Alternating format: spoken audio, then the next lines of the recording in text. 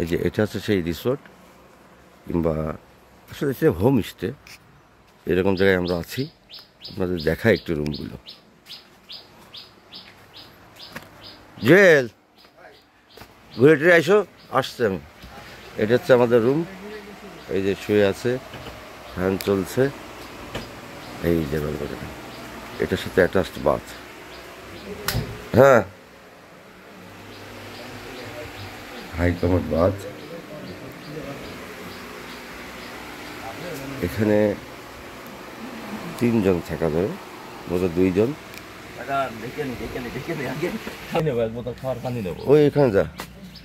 আর এইটা হচ্ছে আমাদের দ্বিতীয় রুম। ভাই ঘুম ভেঙে গেছে? এখানে এই বেডগুলো কিন্তু একটু অন্যরকম, জানলা আছে, মশারি, আরেক বড় ভাই শুয়ে আছে। আর এইটা হচ্ছে, এটা হচ্ছে খুব অ্যাটাচড বাথ, হাই কমোড। ছোটখাটো হলেও বিরাস, এই দেখেন, বিরাস এই দেখেন ব্রাশ দিয়েছে, টিস্যু আছে, পানি কিন্তু অ্যাভেলেবেল যে দেয় ওনারা। তারপরে যে পেস্ট আছে, মধু কিনেছি আমরা সুন্দরবনের ভিতরে বসে মধু কিনেছি। জুয়েল ঘুম ভেঙে গেছে? তোমার সেই মাস্ক করে চলো, ওই যে আমি টোপ নিয়ে আসতে হবে। পানি একটু বেড়েছে, মানে ট্রলারে বসে মারি। এখানে হচ্ছে আর 2টা রুম আছে। এই যে এইটা আর একটা রুম, এখানেও 3 জন থাকা যায়। হ্যাঁ, আর ওই বাসাতেও আর 2টা রুম হয়েছে। এই যে সে 2টা হচ্ছে ওইটা আর ওইটা। ওখানে আমাদের কিছু প্রায় 6 জন বন্ধু আছে সকালবেলা। আর উপরে টিন আর ফ্যানগুলো এরকম, কিন্তু বেশ ঠান্ডা, গায়ে ঠান্ডা লেগে যাচ্ছে। আর এখানে আরেকটা রুম, এখানেও খাট। তো এই রুমগুলোর ভাড়া প্রতিদিন 1000 টাকা করে।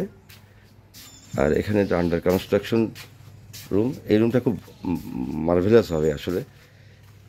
কিছুদিন পরে রুমটা তৈরি হবে, কারণ জানালা দিয়ে ওই যে সুন্দরবন দেখা যাচ্ছে। দেখাই আপনাদের, এই দেখেন সুন্দরবন। তো এই রুমগুলো ভাড়া হচ্ছে পার নাইট 1000 টাকা, যেখানে অনায়াসে এক এক রুমে 3 জন, 2 জন খুব আরামে থাকা যায়, এবং 3 জনও খুব বড় বড় খাট, 3 জনও থাকা যাবে। আর এটা হলো আমাদের ডাইনিং। এখানে বসে আমরা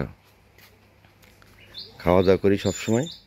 দেখেন এখন সকাল ভোর হয়েছে, 7টা বাজে, কিন্তু আমাদের জন্য এইরকম চায়ের ব্যবস্থা কিন্তু রয়েছে।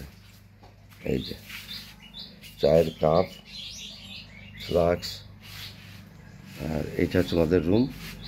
তো ওই বাথরুমগুলো ছাড়াও এখানে আরেকটা বাথরুম আছে, যেটা কমন।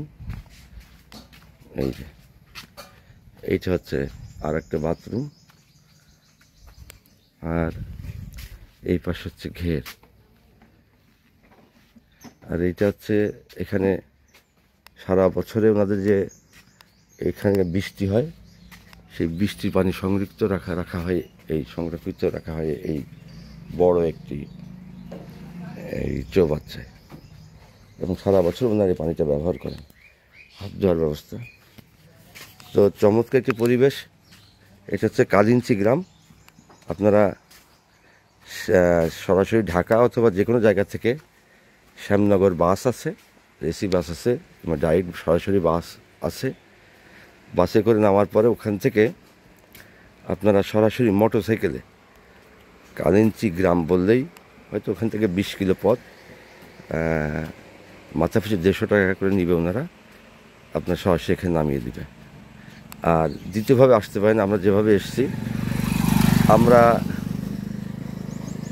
সাতক্ষীরা শ্যামনগর নামার পর ওইখান থেকে আমরা ভেটখালি আসি, 13 কিলো পথ মোটরসাইকেলে। শ্যামনগর থেকে যদি বললেই অটো কিংবা মোটরসাইকেলে করেই আপনারা ভেটখালি আসতে পারেন, এবং ভেটখালি থেকে আপনারা এদের সাথে যোগাযোগ করলে এরা ঘাটে ট্রলার রাখে, সেই ট্রলারে করে প্রায় 40 মিনিটের পথ পাড়ি দিয়ে সুন্দরবনের গহীনের মধ্য থেকে পঞ্চনদী মুখ পার হয়ে ইন্ডিয়ান সুন্দরবনের পাশ দিয়ে এই গ্রামটা দেখে এই হোমস্টেতে আসা যায়।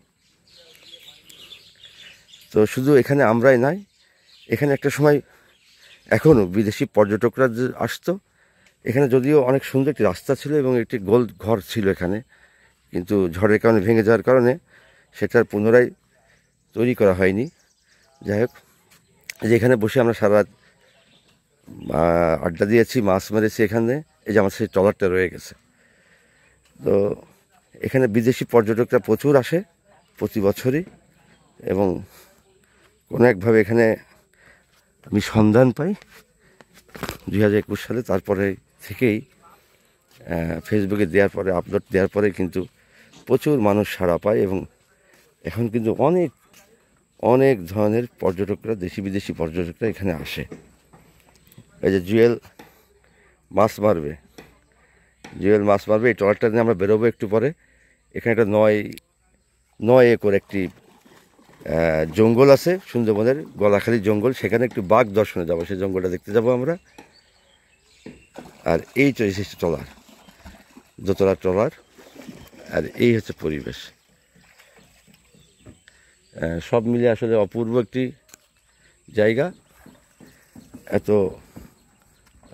অল্প পয়সায় এখানে এই সুন্দরবনের ছোঁয়াটা পাওয়া কিন্তু আসলেই সৌভাগ্যের বিষয়। কারণ আমরা হয়তো বড় বড় শিপ সারাদিন ট্রলারকে দৌড়াদৌড়ি করে বেড়াই, বেশ 6,000, 7,000, 8,000 কিংবা 10,000 টাকায় যে ট্যুরগুলো আসি আমরা, সেইগুলোতে সাধারণত সুন্দরবনকে কিন্তু ওইভাবে ছোঁয়া যায় না কিংবা দেখা যায় না।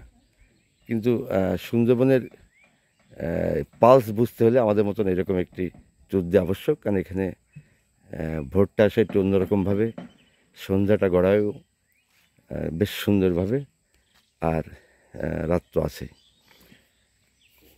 আর ওই পাশের জঙ্গলগুলো দেখছেন, ওই জঙ্গলগুলো কিন্তু সব